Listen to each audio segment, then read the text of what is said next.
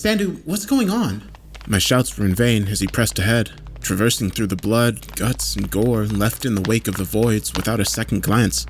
I chased him for what must have been 15 minutes before he halted to an abrupt stop. What are you? I gasped in between breaths, but then I saw who we were standing in front of. The kid. He was still sitting tight in his cell, his eyes remaining glued to the floor. Sandu just stood there for a moment and stared at him. AJ, he finally muttered. The kid, whose name was apparently AJ, shook his head. I could see tears falling from his face as he did so. No, he choked out. I can't. Sandu smiled, tears beginning to well up in his own eyes. I know I said you wouldn't have to, but... He began. I'm sorry. I promised that I'd get you out. Before I had no idea how, but there's a chance here. We can't avoid it now.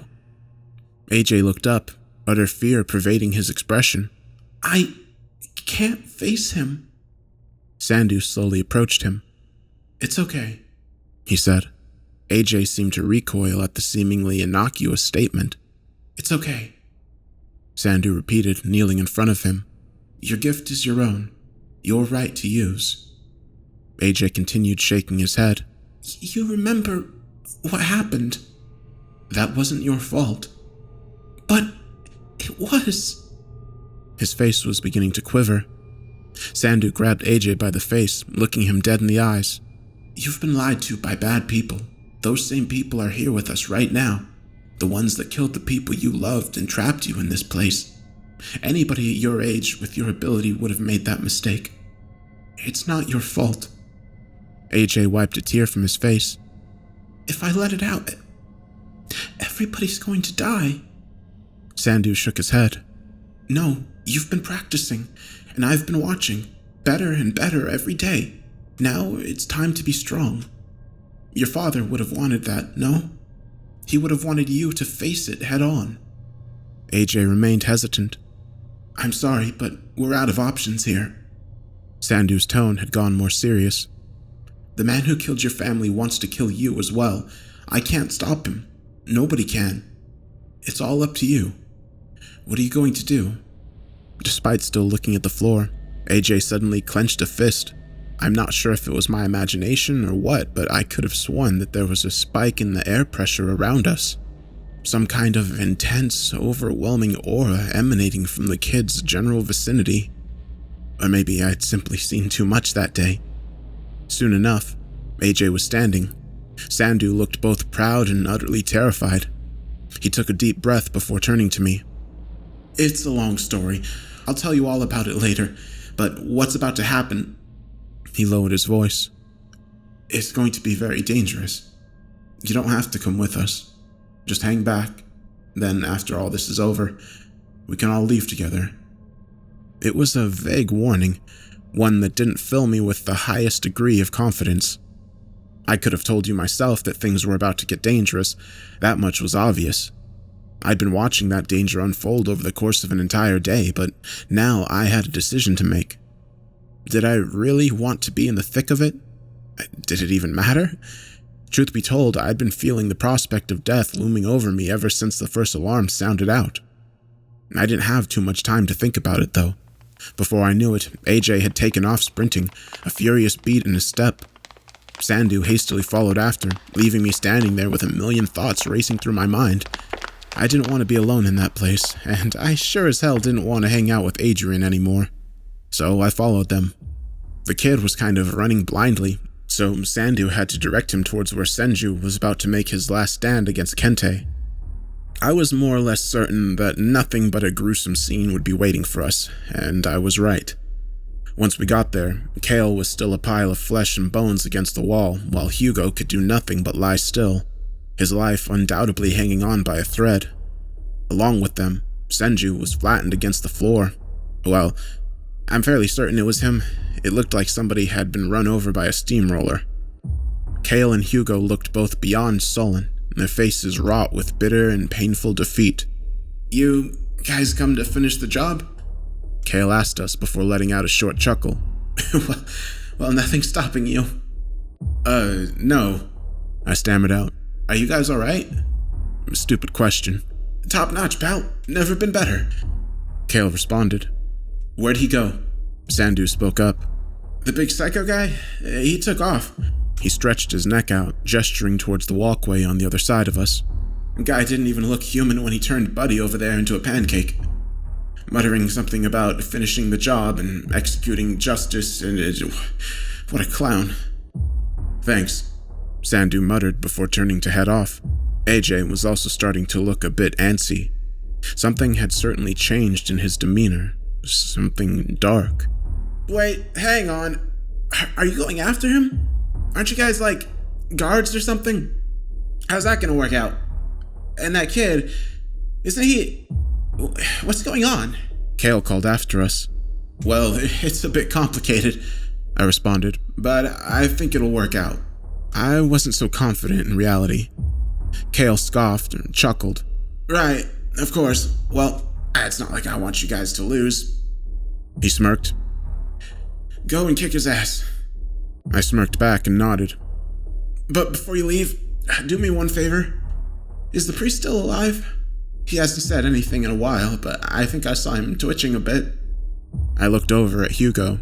Despite his dead expression, he was still blinking every now and then. Yeah, I responded. Kale rested his head on the wall and nodded. Okay, good to know, was all that he said. After that short exchange, we were off, running to face the insurmountable wall known as Kente. While we were looking for him, he was sure looking for us as well. As we moved, I tried to gauge what Sandu was thinking. It wasn't terribly clear from his expression, but I could tell that his conviction in that moment was less than strong. Given what I knew, I could have viewed the situation from a lot of possible angles, many of which would have led to Sandu acting as a less than moral party. But there was lost context here. I knew the guy, and unless he'd been acting all these years, there was only one conclusion I could have reached. For the sake of the kid, this was something we had to do. I never believed for a second that he was malicious in nature. My thoughts were running too fast. Before I knew it, we were standing right in front of Kente. His suit had been damaged pretty badly, and he had dried blood caked all over him, although I doubted that most of it was his own. But besides one of his forearms, he wasn't injured in the slightest, meaning that taking him out was going to be a tall order. But then again, I had no idea what the kid was capable of either. Kente sneered as he walked toward us, his bloodlust seemingly transferring into the physical atmosphere around us, putting a dark, sinking feeling in my gut.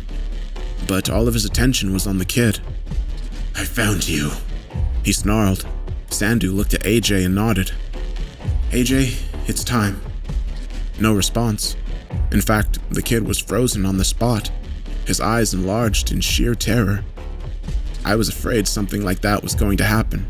Oh shit, Sandu muttered before shaking AJ's shoulders. Come on, he's coming towards us. AJ? AJ? His voice was getting exponentially more desperate. In reality, this whole move was likely a big gamble. Nevertheless, it was a gamble he was definitely aware of beforehand. With their backs against the wall, Sandu stood firm in his promise to protect the kid.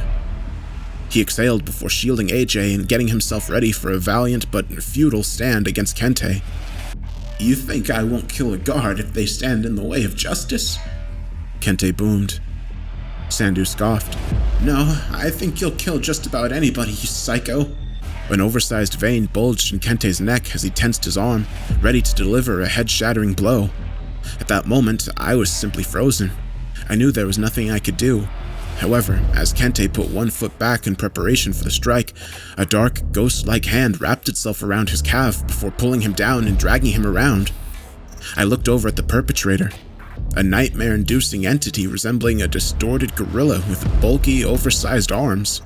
It dragged Kente around on the floor, slamming him through a gauntlet of rails and pillars in the process. The gorilla creature didn't have the upper hand for long, though. Kente let out an unworldly shriek before chopping off one of the creature's arms and ramming his fist through its head. As the entity fell limp, some kind of portal opened up underneath it, pulling it through. From the shadows of an adjacent corridor, Ken stepped in. Hey, you're not gonna make this easy for me, are you, buddy? He said, grinning. I always knew you were evil. Kente growled. I just have to eliminate everybody here. He was slowly but surely devolving into an overpowered, primal, rage-driven beast. Ken, why are you... Sandu spoke up, sounding reasonably confused. Ken just shrugged. Promise is a promise, remember? More lost context. Just what had Sandu been doing over the years? Look out! Sandu's warning had arrived at an opportune time. Kente had stepped forward, launching one of his colossal fists straight at Ken's head. Lucky for him, he managed to summon a creature to take the blow for him, just in time. He dove out of the way of a follow-up strike seconds later. This is gonna be annoying, Ken muttered. He looked up at AJ. Come on, kid, I know what you can do. I can't, he muttered, cowering down and visibly trembling with fear. I'm gonna get killed. We're gonna die if you don't, I found myself shouting. Listen to Sandu, huh? There's no other options here. My outburst probably wasn't all too helpful, but it was my own instinctual fear speaking for me. During the split seconds where my attention wasn't trained on Kente, he'd gotten within inches of me. Before I knew it, I was feeling his iron grip around my right forearm. I could feel my bones being crushed in an instant before I was tossed hard into the wall. My vision faded for just a moment before all of the pain hit me at once. If I was useless in the fight before, I was entirely out of commission now. I could hardly move as my body slid down the wall, flopping onto the floor. I spat out a wave of blood. I could only watch now. With the kid still being scared useless and there was really only one person capable of fighting, Ken opened up about 10 portals in a circle around him. His forearm veins pulsating like crazy, while a stream of blood began flowing down from his hairline and his nose. God, I hate doing this. All at once, a petrifying roster of esoteric, incomprehensible entities emerged from each one. From what I saw, there was a dark blue, human-sized eagle that seemed to be composed of ice, some kind of colossal, demonic samurai with a flaming sword, a six-legged creature with large, jagged blades jutting out from each corner of its body, a zombified gunslinger seemingly left over from the Old West, carrying giant revolvers, made out of writhing gray flesh, and a ghoulish humanoid with 4 horns, 5 eyes, 6 arms, and a giant glowing green eyeball in its torso, among many others.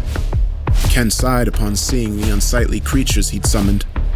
Why couldn't I have just been telekinetic or something? He'd assembled a horde that would have made even the strongest man's knees tremble. But Kente was hardly human anymore. He didn't hesitate for a second. He darted forward in a flash, pulverizing every one of the creatures that stepped up to face him, taking only a few small cuts and insignificant strikes in the process. That was until he got to the horned guy with the eye in his torso. That one managed to catch Kente's punch with one of his many hands. Evil creatures! He snarled before throwing across with his other hand. It was caught again. While Kente had run out of hands, the creature still had 4. It landed a quad combo of devastating punches to Kente's face and upper chest, causing his head to snap back, blood spurting from his eyes and nose. However, his head came back as quickly as it went, drilling into the eye creature's temple and destroying 2 of its eyes. They were both pissed now. They synchronized primal roars before blasting each other with a series of catastrophic strikes. Neither of them bothered with any defense, or any kind of strategy for that matter. They were simply out to deal as much damage as possible, hitting each other with everything they had. During the exchange, I began noticing something strange about Kente's appearance. He was taking a metric ton of damage for sure, but the difference didn't only stem from his wounds. He was changing. His veins were beginning to squirm underneath his skin, almost like trapped snakes trying to burst out. On top of that, he seemed to be getting bigger. In fact, he'd been getting bigger ever since he fought Wu. I just hadn't quite grasped until that point. He towered over Sandu, whom he was only supposed to have 2 inches on. Now he was even dwarfing the eye creature, who'd been a comparable size to him mere minutes ago. What is this guy? I wondered out loud. Sandu had undoubtedly noticed it as well. I could see his eyes widening in terror at the sight. The creature lowered its head before rushing at Kente horn first. It rammed all 4 of them into his abdomen, managing to dig each one of them an inch deep into his flesh. Kente's roars had also changed.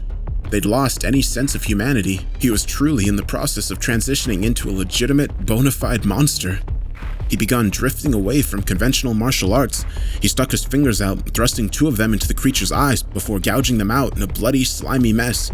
Without giving an inch, he followed up by sinking his teeth into the creature's chest, tearing out chunks of pulsating green flesh. He finished the deadly combination by drilling his knee into the creature's torso eye, taking it out while dissolving his own flesh and blood in the process. As he began to collapse, he grabbed the creature by the neck and took it down with him, putting it into a brutal, one-legged guillotine choke. He exerted so much pressure that its head popped off completely after a few seconds. Ken was starting to look very worried. With blood dripping from his nose, he summoned another portal in which a humanoid squid creature emerged. No use. It was taken out by one swift swipe from Kente, who blitzed it from a one-legged crawl-run hybrid. Oh, was all that Ken managed to get out before being picked up and slammed savagely into the floor. That would have been the end for him as well, had he not summoned another portal underneath his back at the last moment, allowing himself to land on the soft body of some kind of slime creature as opposed to the hard metal. He rolled away, hardly managing to dodge a follow-up stomp that not only decimated the creature, but the floor itself. Now wheezing and bloody all over, Ken looked at Sandu, his face twisted in fearful desperation. No, not at Sandu. He was looking at the kid. Come on, he muttered. I know you can do it. The kid's expression didn't waver, no spark returning to his frightened eyes. It's hopeless, I thought to myself. Do your memories really flash before your eyes when you think you're about to die? Well, some of them do. The ones worth remembering. An attempt to justify the way that you lived, the decisions that you've made. You come to one daunting realization. You were there, in the midst of the mystery known as life itself. And now, it was all about to fade. As another tear began rolling down the kid's cheeks, I could feel one rolling down my own. Ken sighed. I know you're scared, but we don't have any time here. Please. Sandu put his hand up, stopping Ken mid-sentence. He had a stone-like expression on his face. It's happening. Ken looked confused. What? I wasn't quite sure of the answer myself, but I got the gist of it. AJ's body was beginning to visibly vibrate, or something to that effect. It started out slow enough, but seemed to intensify drastically with every passing second. Before long, his body had become a dark, formless, stationary blur. From within that blur, 2 sharp, burning red eyes surfaced. And then, I could feel the floor begin to tremble around me.